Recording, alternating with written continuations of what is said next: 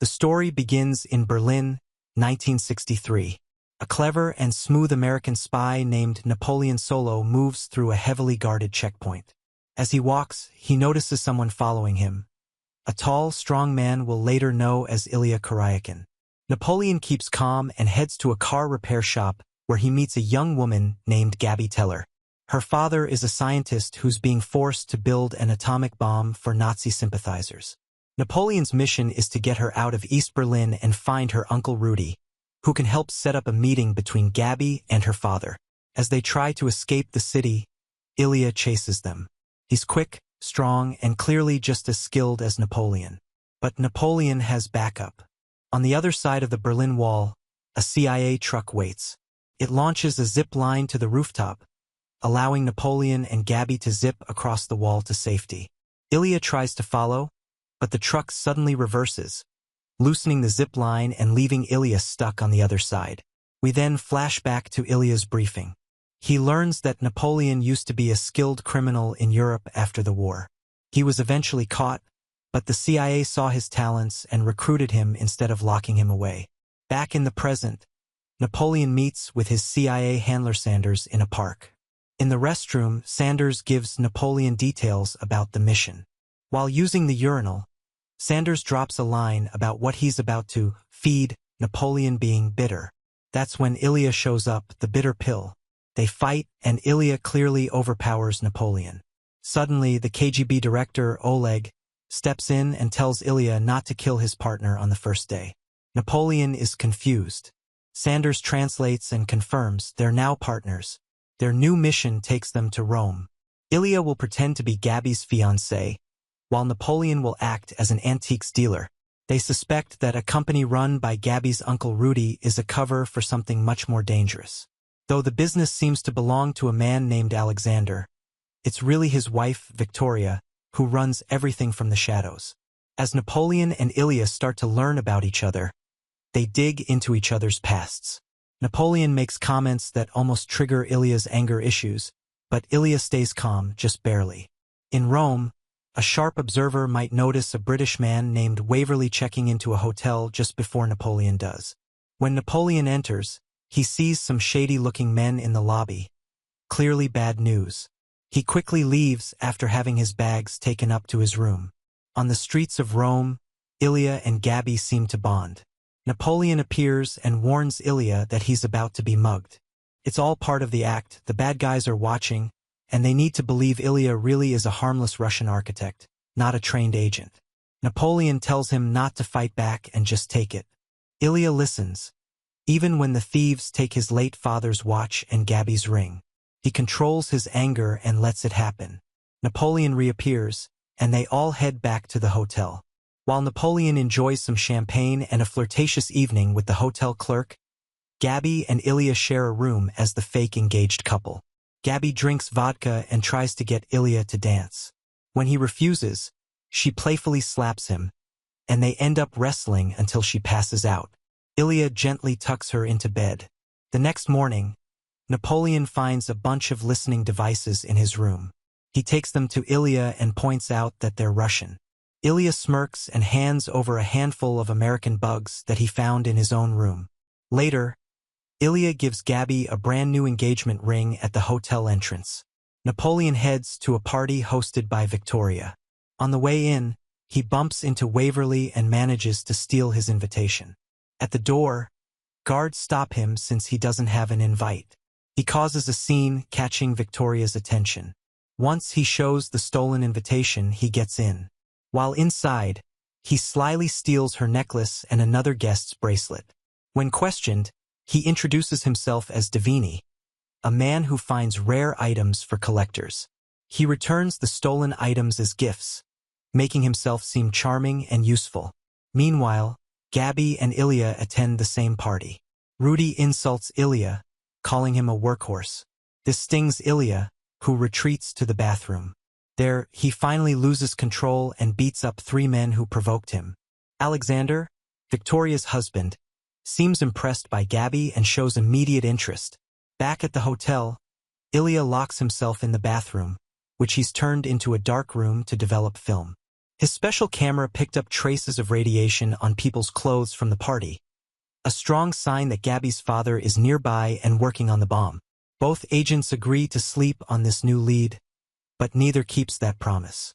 That night, they both sneak into the company's factory. Ilya uses his strength to handle security, while Napoleon uses his smarts to break into a large safe.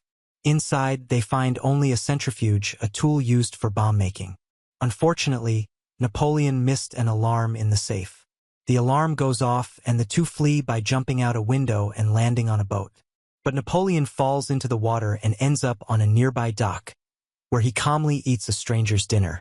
Meanwhile, Ilya is chased in circles by the bad guys. Napoleon drives off but changes his mind and returns just in time to crash his truck into the enemy's boat, saving Ilya from drowning. Victoria learns the safe was opened and calls Napoleon's room, but he doesn't answer. At the same time, Rudy calls Gabby to apologize to Ilya, but she says he's asleep. Then, she makes a secret call to someone in room 304 and says the meeting is confirmed. Victoria and her men rush to the hotel, but Napoleon and Ilya get there first. Napoleon and Victoria end up in room 807 together and spend the night. But who is in room 304? The next day, Ilya quietly activates a tracker hidden in Gabby's engagement ring, showing he's still watching her closely. Gabby meets with her uncle Rudy and tells him she knows her father is nearby. Rudy asks how she knows. We don't hear her answer yet. Instead, we see Ilya, who had been listening, suddenly start running. Meanwhile, Napoleon wakes up tied to a torture chair. Victoria had drugged his drink. Rudy turns out to be a twisted Nazi scientist who keeps a scrapbook of all the cruel things he's done. He's even saved a page just for Napoleon. But the chair has a wiring issue. At that moment, Ilya storms in and saves Napoleon. They strap Rudy to the same chair. When they step out to talk about what to do with him, the chair suddenly works again and electrocutes Rudy until he catches fire. Gabby is taken to a secret island where her father is working on the warhead. She slaps him and urges him to finish the job. Alexander and Victoria seem pleased. Waverley, now revealed as British intelligence, meets with Napoleon and Ilya and explains the situation. The British expected that bad people would try to kidnap Gabby to force her father to build the bomb. They didn't expect both the Russians and Americans to be involved. Gabby, it turns out, has been working with British intelligence all along. She helped expose Napoleon and Ilya as agents to gain the enemy's trust. That earlier phone call we didn't hear? She was doing just that.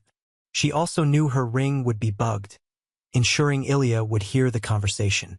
Napoleon suggests that maybe the British used Gabby to bait the enemies. Now that she's inside, they need help from the Russians and Americans. Both Napoleon and Ilya receive new orders: retrieve the warhead and the scientist's data disk, and kill each other if needed. On the island, Gabby and her father try to secretly swap parts of the warhead, but Victoria catches them. There's a second warhead as well. She has Gabby locked up and tells her father to finish the job, or Gabby dies. He completes it, hands over a backup disk of his research, and is immediately shot dead by Victoria. Time for a high-energy, stylish action sequence. Napoleon and Ilya storm the island, breaking in with precision and power. During the mission, Napoleon finds Ilya's father's watch on a guard and takes it with him. They chase after a jeep carrying Gabby and the warhead, driven by Alexander. Napoleon goes after them in a dune buggy while Ilya rides a motorcycle. All vehicles crash. Ilya fights Alexander and kills him with a knife to the head. But the warhead they recover is a fake. The real one is gone, taken by Victoria. Napoleon remembers a childhood photo of Alexander's family and the name of a fishing boat they once used to smuggle Nazi gold. They radio the boat, and Napoleon taunts Victoria about her husband's death. She responds, staying on the line just long enough for the team to trace her location. Luckily, the two lenses built into the bombs can be used to destroy one another. Napoleon and Ilya launch the fake warhead, which flies through the air and strikes the boat. It explodes, destroying Victoria, the real warhead, and the fishing vessel. Later, Gabby apologizes to Ilya and tries to give back the engagement ring. He tells her to keep it so he'll know if she ever needs him again. Ilya's boss tells him that the scientist's disc survived. Napoleon has it. Ilya visits Napoleon, who pours drinks for both of them. Ilya sees the disc and becomes tense. But Napoleon hands him his father's watch as a gesture of trust. Then he shows Ilya the disc. Together, they decide to destroy it. Waverly and Gabby arrive. Waverly says he wants the team to stay together. They now have a code name for the group, U.N.C.L.E, the United Network Command for Law and Enforcement.